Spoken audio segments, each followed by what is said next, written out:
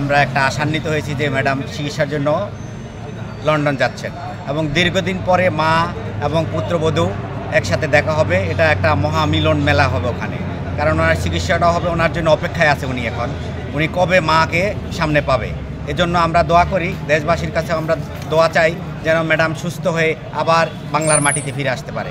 5 August যদি এই ঘটনা না ঘটতো তাহলে আমরা এই প্রতীক্ষাটা পাইতাম না। আমরা ছাত্র জনতার উপরে কৃতজ্ঞ, তাদের উছিলায় আমরা এই দীর্ঘদিন 17 বছর আন্দোলনের পরে আমরা যে এই 5 তারিখে যে ইটা পাইছি, তার কারণেই আমাদের মা আজকে বিদেশ যাচ্ছেন এবং তার ছেলের সাথে দেখা হবে এবং সুচিকিৎসা পাবে। যত অত্যাচার আছে, যত জুলুম, এগুলা ঢাকার জন্য দেশনেত্রীকে এভাবে জেল খাটিয়েছে। কারণ তাকে বন্দি না করতে পারলে এই অপকর্মগুলা করতে পারবে না। বাংলাদেশকে বিকিয়ে দিয়েছে, ফিলিয়ে দিয়েছে, তত তার কারণই একটি আজকে মহান আল্লাহ রব্বুল আলামিনের দোয়ায়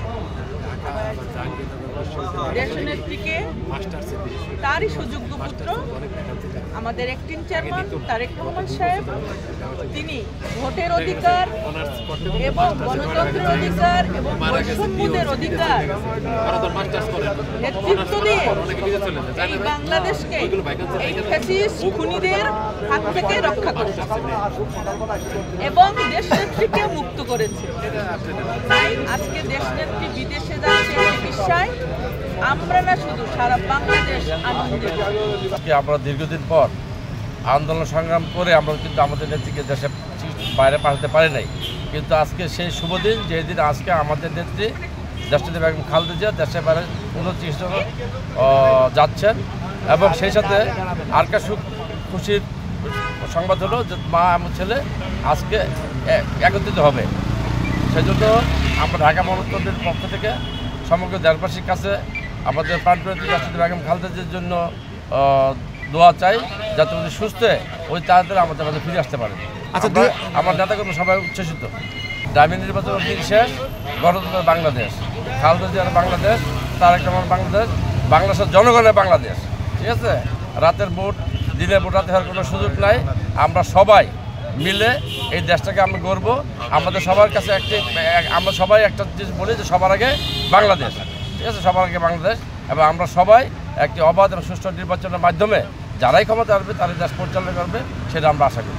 ওনার ছেলে ওনাকে রিসিভ করবে, আর ওনাদের যে একটা মা আর ছেলের যে একটা মিলন মেলা হবে, এটা আমরা খুব আনন্দিত।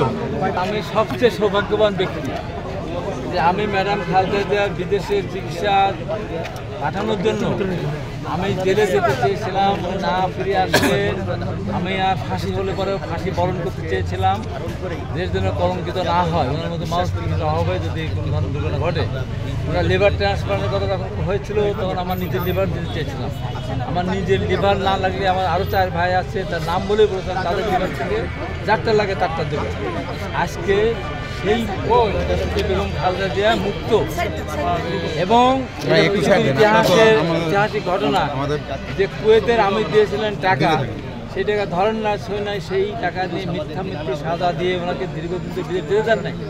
আজকে দেখেন আল্লাহ রহমতে উনি ফ্রি হয়ে যাচ্ছেন এবং কাতারের নামে আজকে তার ব্যক্তিগত অ্যাম্বুলেন্স পাঠিয়েছেন। এই পৃথিবীর ইতিহাসে এর যে বিরল ঘটনা আর আমার জানা নেই।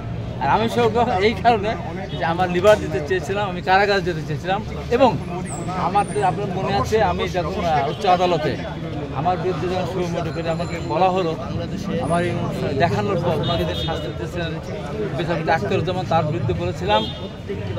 সেই কারণে আমার আদালত আমার ভিডিও দেখানোর পর বলেছি যে কথাগুলো আপনি বলেছেন কিনা শপথ বাক্য উচ্চারণ করে বলেন।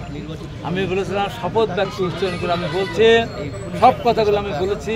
আমি আবারও ঘোষণা করছি, দেশনেত্রী বেগম খালেদা জিয়া আমাদের নেতা আমাদের রাষ্ট্রনায়ক তারেক রহমান এবং ডাক্তার জুবাইর রহমানের মতো মানুষকে যদি আবারও কোনো বিচারক সাজা দেয় এই ধরনের, আমি কথা বলতেই থাকবো 100 বছর সাজা হলো, আমি যাতে পরোয়া করি না।